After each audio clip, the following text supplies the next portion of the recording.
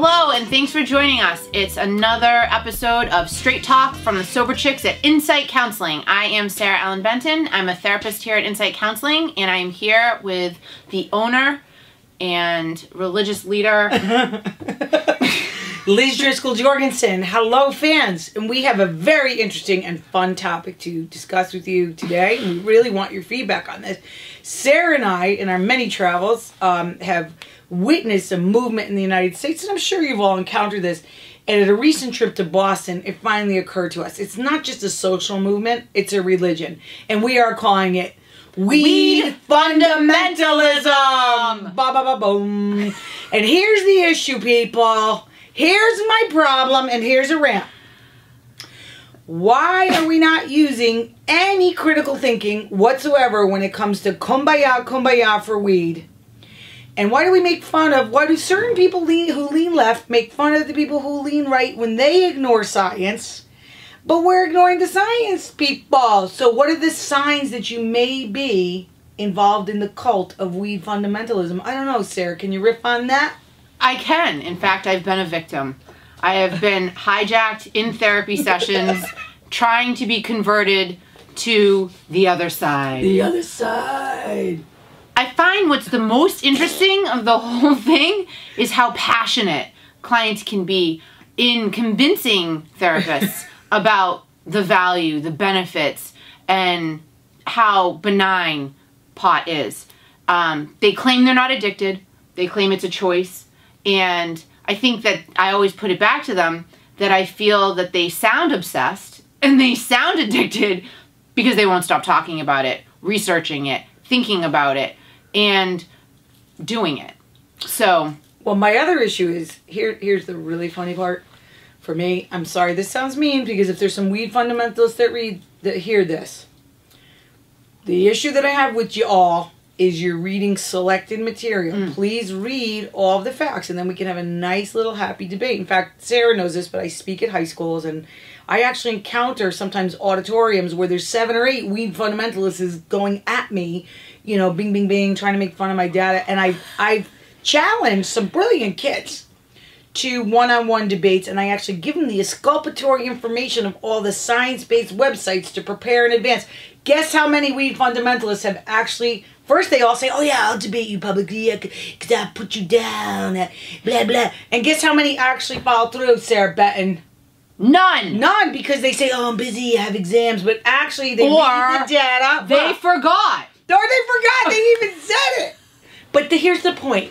My point is, these are the best top 10 or 15, we won't be able to take count, belief tenets of the weed fundamentalists that I've spoken to. Number 1, the government doesn't want you to know that weed cures cancer. Did you know that weed cures cancer? It has a better shot at curing cancer than it does anxiety disorder. Well, it also cures anxiety disorder, except you have to smoke it all day long, several times a day. It's true. To keep the new panic attacks at bay that are being caused by the weed. Correct. Because recently I had a client tell me that when they smoke all the time, they don't have panic attacks, but if they only smoke occasionally, they start to have panic attacks. Again, I like people to have their own experience, but there's some data there's data there, right? Actually, there's more than data. And this is not funny. This part's not funny.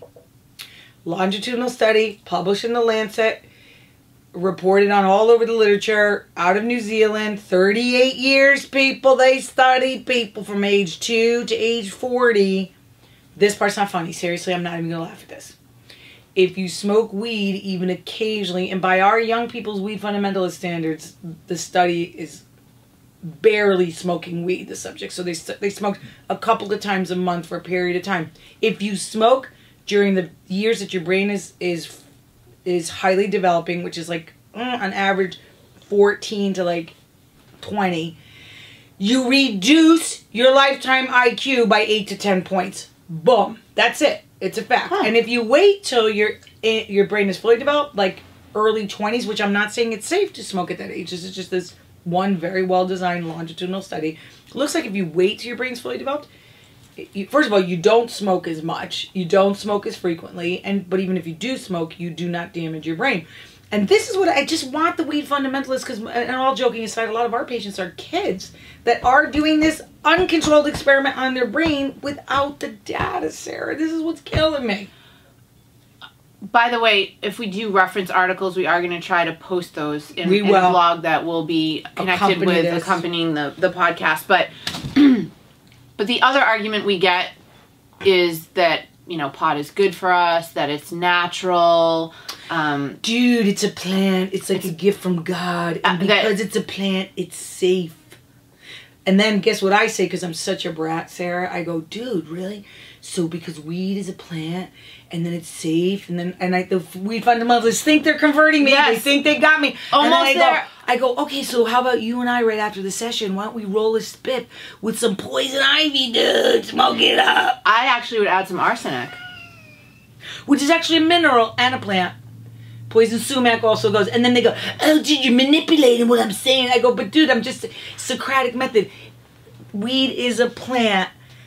All plants are safe, therefore weed is safe. Well, the problem is not all plants are safe. This is just what I'm saying to you. I'm just trying to keep it real. And the part that they're not seeing, first of all, now that it's legal in certain places, the pot that was being smoked, I don't know, in our generation, back in the day, was a weaker THC count. It's now becoming more pure. That's right. You know how I say that to parents? I was speaking to a group of lovely parents last night, and all about, I'd say 40-ish to 50, and I was saying, let me just say something. The weed that you parents may or may not have inhaled in 1981 is not the weed. It's a completely different animal. Our weed was 3 to 4% THC content. DEA says that random samples of weed, the Drug Enforcement Agency randomly confiscates weed around the United States, and they send it to labs to see, like, what's the average THC content. The dirtiest cheap weed is 12%, and the average weed is 22% THC. Hello. But you may ask, well, what's wrong with that? Because maybe that's a good thing in the sense of it's more pure. People can look at things as like, oh, wow, now that it's legalized, it's pure, right? There's not a lot of other stuff in there.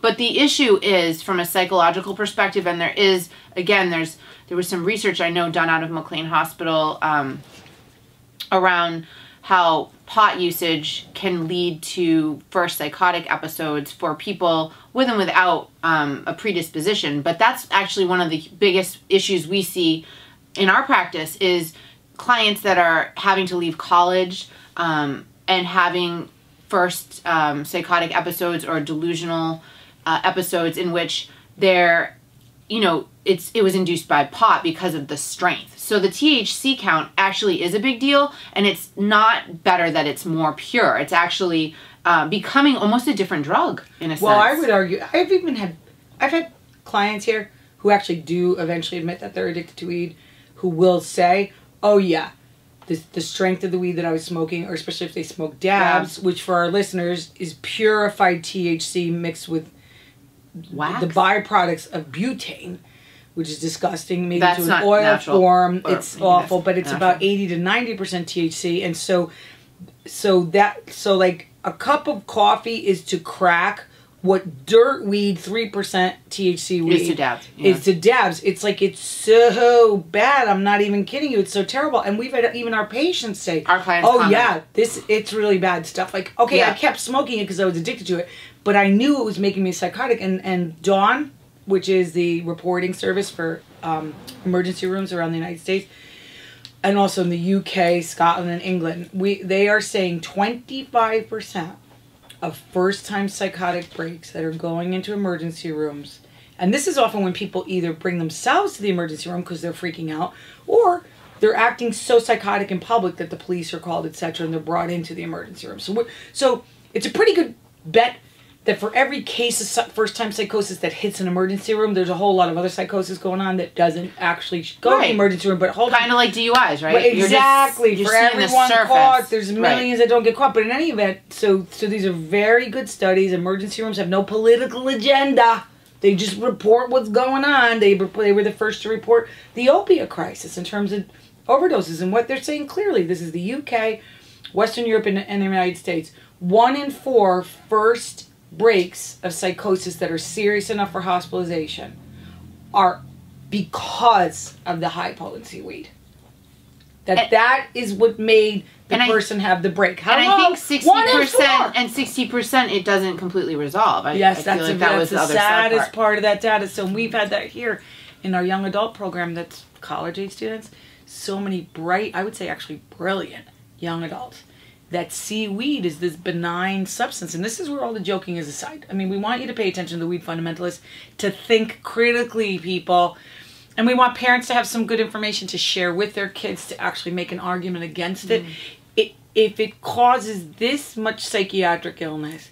And, by the way, weed is classified as a hallucinogen, not by accident. It distorts our perception of time.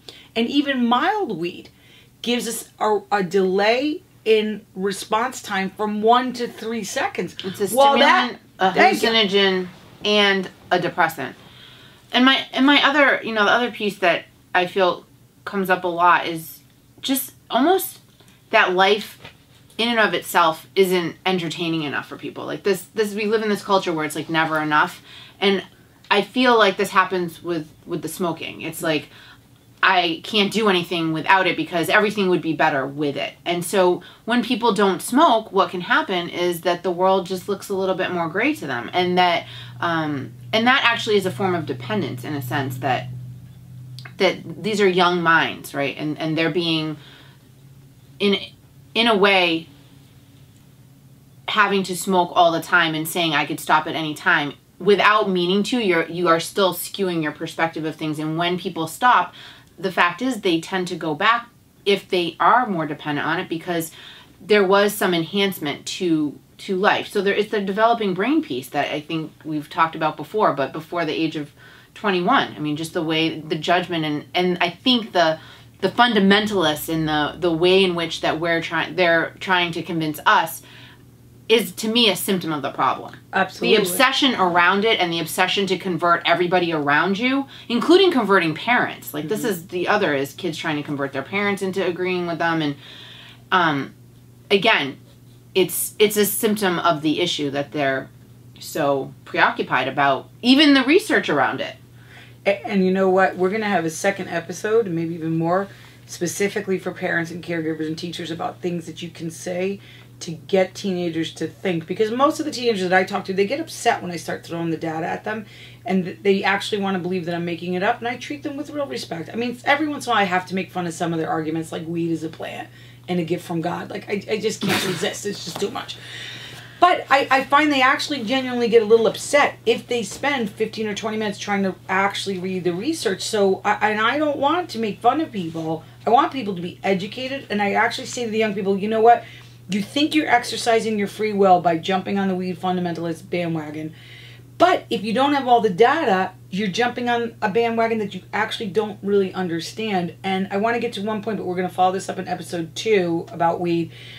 Most of the patients that I've ever treated, this is my 28th year as a therapist, who get addicted to weed, don't realize that they have tricked their brain's natural dopaminergic reward system. And then when they first quit, they don't feel as much pleasure. Actually, physiologically in their brain, they've basically made their brain's homeostasis lazy about making enough dopamine and other chemicals which allow them to feel pleasure.